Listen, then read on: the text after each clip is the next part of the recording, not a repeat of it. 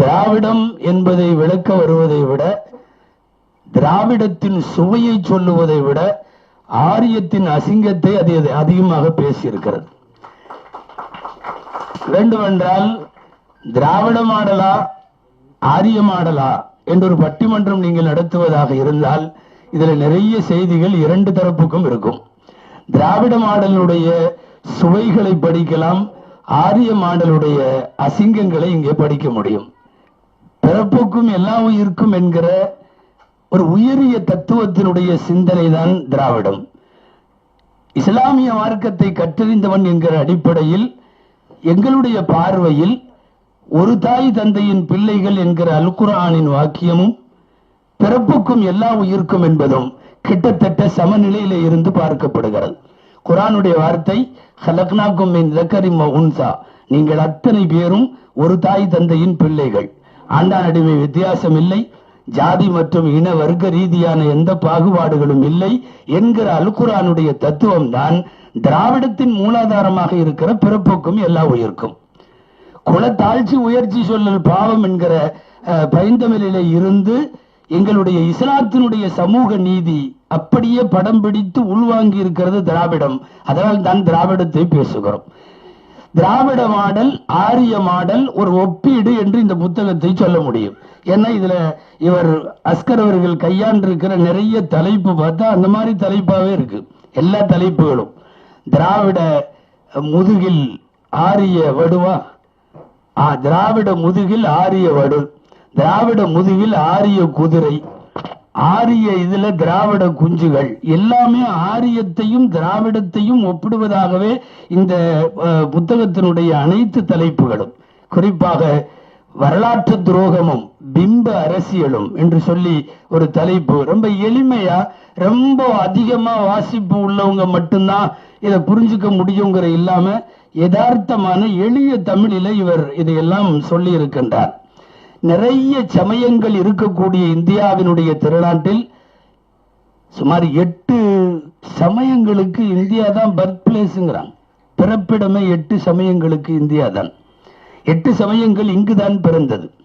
ஆனால் 8 சமயங்களுக்கும் சேர்த்து எழுதி தந்த அம்பேத்கர் சொன்ன வார்த்தை, அவர் உருவாக்கி தந்தது, இது செக்யூலர் கண்ட்ரி, இது மதச்சார்பற்ற நாடு, ஆளுவோருக்கு அரசுக்கு மதம் கிடையாது, தனியாக ஒரு முதல்வர் ஒரு பிரதமர் ஒரு மதத்தில் இருக்கட்டும், கவர்மெண்ட்டுக்கு மதம் இல்லை, கவர்மெண்ட்டுக்கு மதம் இல்லை என்கிற அந்த செக்யூலரிசம், அந்த செக்யூலரிசம் தான் அம்பேத்கரால் இந்த நாட்டில் முன்வைக்கப்பட்ட. நான் நிறைய தடவை பேசியிருக்கிறேன், ஏன் பள்ளிவாசலில் வெள்ளி மேடையிலேயே சொல்லி இருக்கிறேன், அம்பேத்கர் உயிரோடு இருந்தால் அவர் கைகளை முத்தமிட வேண்டும்.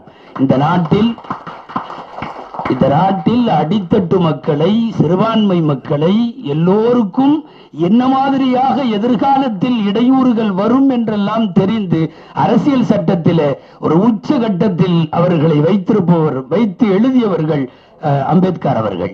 இதெல்லாம் திராவிட மாடலா ஆரிய மாடலா என்று உரசி பார்ப்பதற்கு, நாம் படிப்பதற்கு நிறைய பெரிய புத்தகங்களுக்கு போறதுக்கு முன்னாடி இது ஒரு சின்ன புத்தகம், அறிமுகம் போல இதை நாம் படித்துத்தான் ஆக வேண்டும்.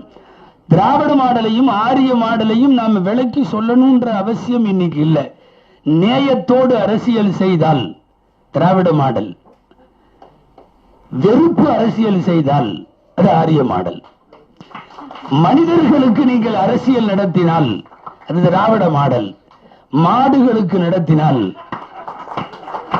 அது ஆரிய மாடல். ஏழை குடிமகனுடைய மருத்துவ திட்டத்துக்கும் ஒரு 108 போய் ஒரு வீட்டு வாசல்ல நின்னுச்சுன்னா அது திராவிட மாடல். உன்னை விடமாட்டேன்னு புல்டோசர் நின்றுச்சுன்னு வைங்களேன், யூபியில நிக்கிற மாதிரி, அது ஆரிய மாடல். திராவிட மாடலையும் ஆரிய மாடலையும் அவர்கள் விட்டு உள்ள விஷயத்தை புரியணும். முதல்ல இந்த மாதிரி புத்தகங்களை முன்னால பேசினவங்க எல்லாம் சொன்ன மாதிரி அடுத்த தலைமுறைக்கு வாசிக்க கொடுக்கணும். திராவிட மாடல் வாசிக்க வைக்கும். திராவிட மாடல் நூலகம் உருவாக்கும், நூல்களை உருவாக்கும். அண்ணா நினைவு நூற்றாண்டு நூலகம் ஒரு சான்று, திராவிட மாடலுக்கு சான்று. படிக்க வைக்கிறதும் நூலகம் உருவாக்குறதும் அதுல ஆர்வம் காட்டுறதும் என் நினைவுக்கு வருது. கேரளாவுடைய முதல்வர் பினராயி விஜயன் அவர்கள் வெற்றி பெற்று ஆட்சிக்கு சிஎம் வந்ததுக்கு அப்புறம் பிரஸ் மீட்ல யாரும் கேட்கிறாங்க,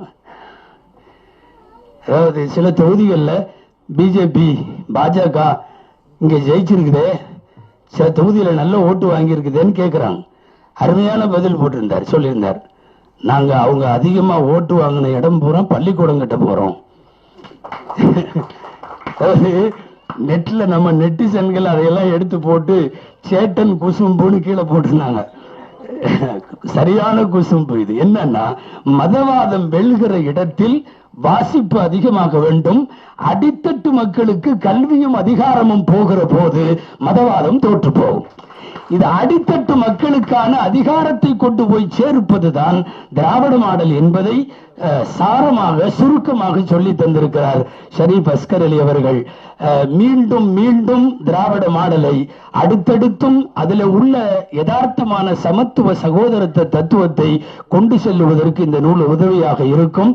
வாங்குங்கள், படியுங்கள், பரப்புங்கள் என்பதல்ல, மற்றவர்களுக்கும் வாங்கி அன்பளிப்பு செய்யுங்கள் என்கிற நல்ல வேண்டுகோளோடு நூலாசிரியர் எழுத்து பணியில் மேலும் சில எழுத்துக்களை, நல்ல எழுத்துக்களை தமிழ் கூறும் உலகிற்கு தர எல்லாம் வல்ல இறைவனை வேண்டி